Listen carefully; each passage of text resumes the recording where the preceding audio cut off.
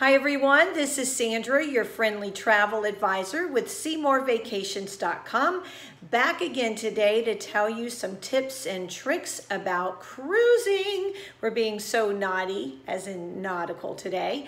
I absolutely love cruising and I want to give you some tips today on how to save money on your alcohol when you are on a cruise ship.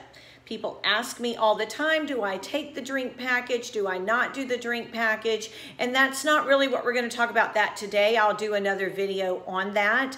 But a drink package is something you're going to have to discuss with your travel advisor and know whether or not it's something that is cost effective for you. You don't want to get it if it's not going to save you any money. So make sure that you figure that out beforehand. So let's go with, we decided not to take the drink package on the cruise ship. So how do you save money? Well, the first thing is to know what's allowed to bring on the cruise ship when it comes to alcohol. In most cruise lines, you need to check and make sure, check with your travel advisor or check with the cruise line directly. If you have a travel advisor, that's what they're going to do for you as well. So talk to them and let them find out for you what is allowed. Every cruise line is different. Some allow beer and or wine. Some allow wine, some allow champagne. And so it really does vary by cruise line, and you need to know for that particular cruise line.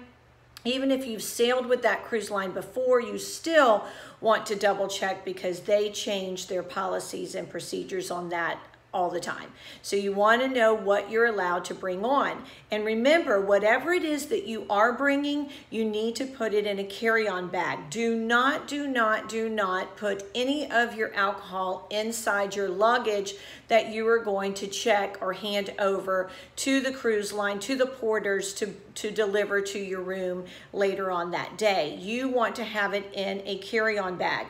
The other little tip here is make sure you put it securely in a carry-on bag.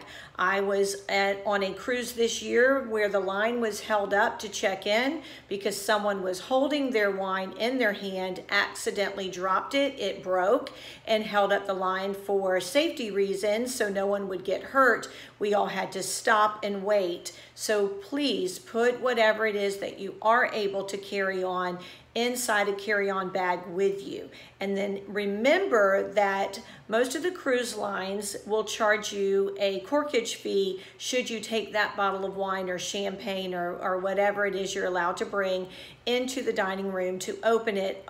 They will charge you a corkage fee. You can usually do that in your room. Some cruise lines will have a corkscrew on the ship in your cabin for you, and therefore if you were to open it, you're not charged that. But had you have someone come open it for you, even in your cabin, they may charge you a corkage fee. But you just need to know what your cruise line that you're going on requires. So you want to just make sure before you go so you're not surprised.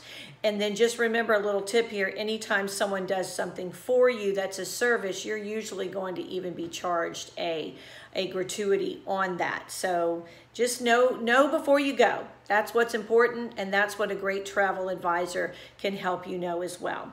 Another tip is, let's say you buy a bottle of wine for dinner. Don't drink the whole bottle of wine the first night of dinner. Have a glass, if someone's sharing it, each of you have a glass of wine with your dinner, and then have them take your wine, tell your server that you want them to store that wine for you. They will actually cork it back up and they will store it away and hand you a ticket. You bring that ticket with you to dinner the next night, even if it's a completely different dining room or different specialty restaurant. Take that ticket with you, hand it to your server, and tell them that you would like to get your bottle of wine, and they will bring that bottle of wine for you. So now you've had one bottle of wine that you split on 2 nights. So that actually will help you save some money as well. Now, if you want champagne and you want it for free, Then an art auction is usually something that has free champagne if you go to the art auction. So that is something that a lot of the cruise ships have. They will have that on what is called a sea day. And if you've never cruised before, a sea day happens to be a day that the boat is sailing and it does not stop at a port. That is your sea day. And usually your art auction is on a sea day. And if you go to the art auction, they usually have some free champagne that they're passing out.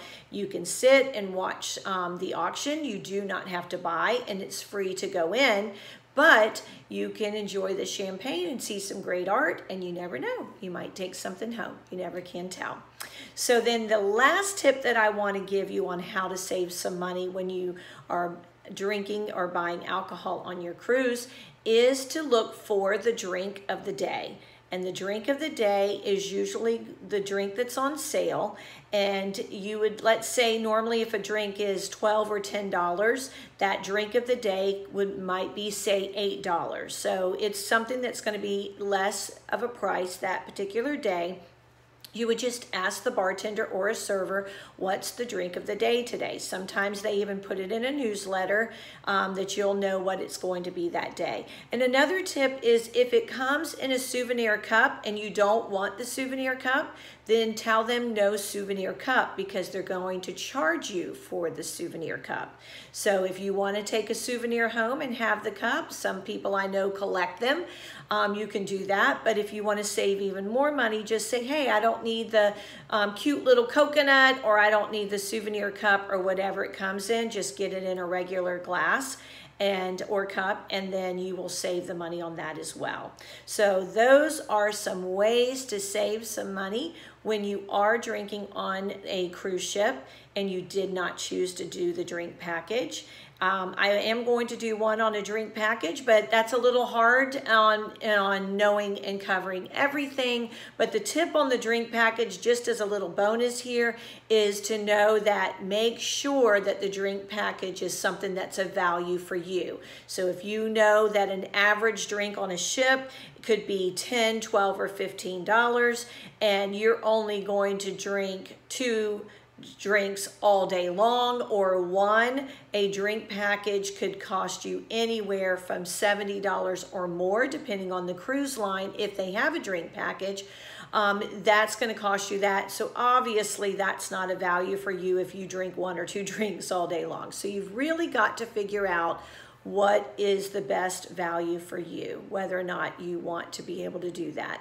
Okay, well, if you liked this tip and you want to hear more tips and tricks about traveling and cruises and just travel in general, subscribe below and look at the links below as well. And if you have any questions or there's a tip or thing you want to know about, just leave a comment below and let me know.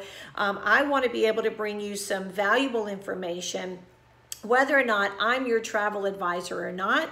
And if you would like me to be your travel advisor, or you just want to go sign up for my free newsletter, or you just want to check out the website, look below at SeymourVacations.com. Just click on that link and let me know, or send me a message, or send me just put me a comment down below. So until next time, I'm just going to say happy sailing and bon voyage.